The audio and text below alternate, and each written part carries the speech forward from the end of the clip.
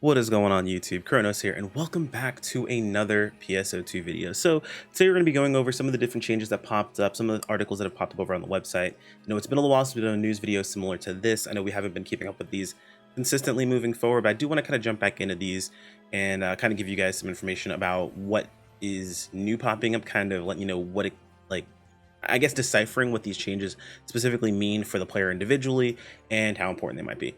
Before we jump into that, guys, if you're new to the channel, hey, I'm Chrono. I do content for PSO2 most of the time while, jumping into other MMO games, other anime-based games. If you guys are new to the channel, feel free to subscribe as we work our way towards that 10K mark by the end of the year. But let's go ahead and jump into this. So first off, I'm gonna hit you guys with probably the most difficult article to see and explain what it means. I don't want to keep you guys here in suspense. I'm sure you guys saw the thumbnail, so let's go ahead and jump into it.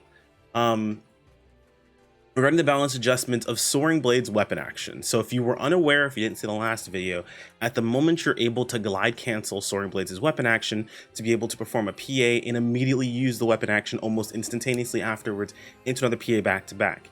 It resulted in an insanely high amount of damage, higher than anything else in the game so far, like by a fairly large margin actually. I think its DPS, I want to say, is about 300 over its closest competitor in their best case scenario situation. That's not even a consistent thing they can do. And this is something you're able to do whenever Photon Blade Fanatic is up, or PBF. I love how it's Photon Blade Fanatic instead of Photon Blade Fever, but either way. Oh, I see why they probably changed that. Never mind. Moving on. But we've got a change to the Soaring Blade's weapon action.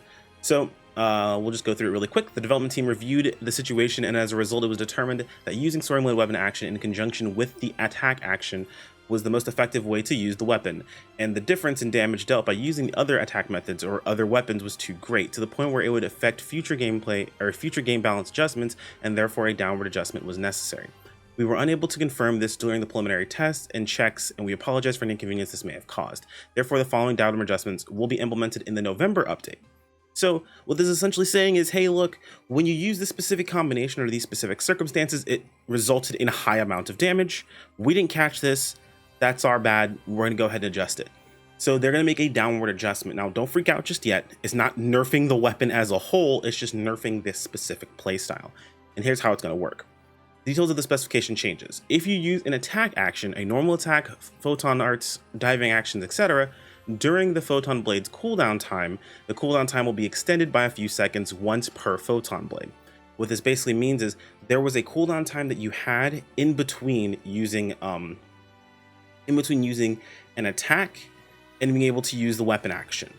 Now, technically, what we were doing was closing out this cooldown time almost instantaneously by glide canceling. What that meant was essentially you were able to double jump, use a photon art, and then since your next jump action, since you've already double jumped, would be a glide, you could press glide and then immediately use a weapon action. Since you were holding the weapon action button anyway, it would use your weapon action, and then you could press another photon art back to back again. So it would just be, essentially once you've double jumped, it would be photon art, jump, photon art, jump, photon art, jump. And it would just instantaneously roll and roll and roll and roll and do a lot of damage and not be completely PP negative. It would actually be PP negative, but not as hard as you would think. It's actually pretty nice for damage, as well as maintaining a decent amount of PP. So with multi-weapon specifically, because this is where it was busted, with multi-weapons, if a photon blade is used while a weapon other than the soaring blades, the potency of the photon blades will be adjusted downwards, meaning if you use a different weapon's attack and then use your photon blades, it's going to adjust the damage of the photon blades downwards. This is to basically combat that exact setup that I mentioned beforehand. Due to the significant impact of the downward adjustment when using photon blades with the soaring blades, the following upward adjustments will also be implemented. The potency of photon blades when the class skill photon blade or fanatic blade is not active will be adjusted upwards, meaning your regular blades outside of fanatic blade are going to deal more damage. The potency of Photon Blade will not change when the class skill Fanatic Blade is active, however.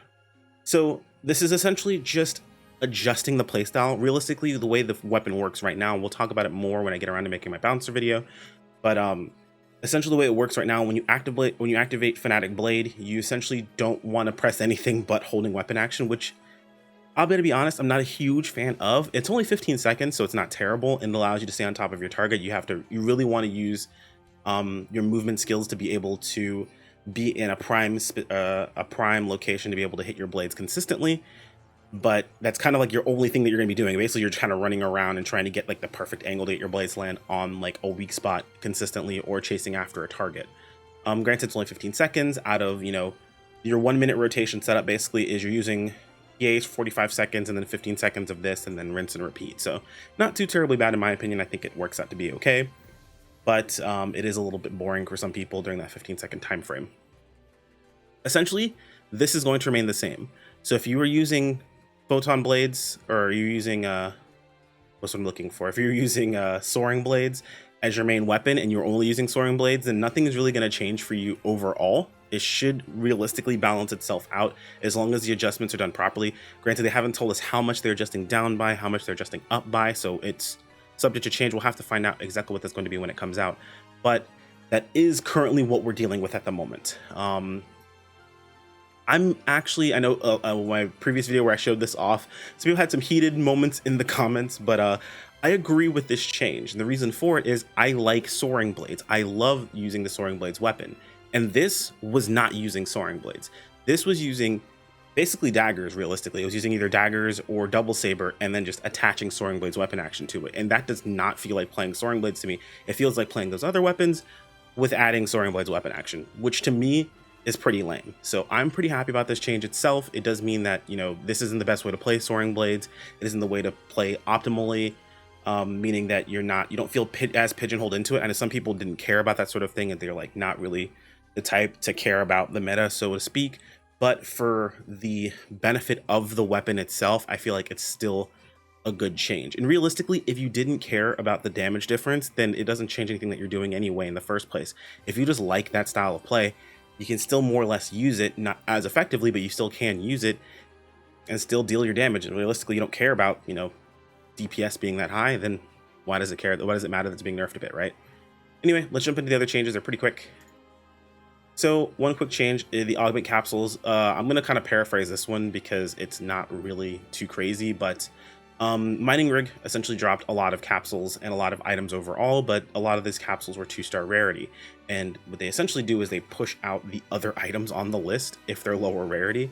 So if you got a lot of rewards, you sometimes missed out on getting some capsules because they were 2-star. What they're doing is they're making them 3-star. So that means that the only thing that'll be ever be pushed out are 2 stars, meaning 2-star weapons that you don't really care, and you're probably going to be tossing into the void anyway for the Meseta. Now they're going to be adjusting all augment capsules to 3 stars. I'm sure they're probably going to be higher than that as well for some augment capsules, but they're going to be 3 stars. That way they don't get pushed out. I'm sure there'll be other adjustments that are made in the future as well to make to keep this from happening, but it's also going to adjust the cost in the augments lab. So nothing too crazy there. And then they also just talk about the premium set, or the premium day bonuses.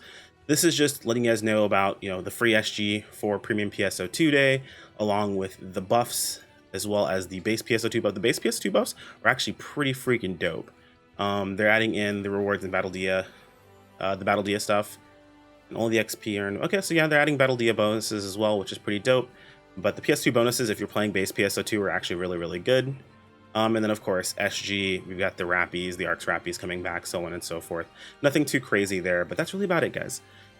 Basically, this was just a video to talk about the balance changes for Soaring Blades. I'm sure people are going to see this. They're going to see balance adjustment of the Soaring Blades weapon action, and they're going to see the words adjusted down and freak out that they're nerfing Soaring Blades because of this broken moment. They're not nerfing the actual way the playstyle, they're not nerfing the actual weapon itself, just that specific playstyle itself. And we should still retain realistically what Soaring Blades actually are. Hopefully completely. I'm not 100% sure. Again, it's going to depend on what the adjustments are going to be, but we won't really know until we get our hands on them. That's about it, guys. Hopefully that covers everything. If you guys have any other questions, feel free to toss them into the comments below. Like if you enjoyed the video, subscribe if you want to keep up with more, and I'll see you all in the next video. Take care. Peace out.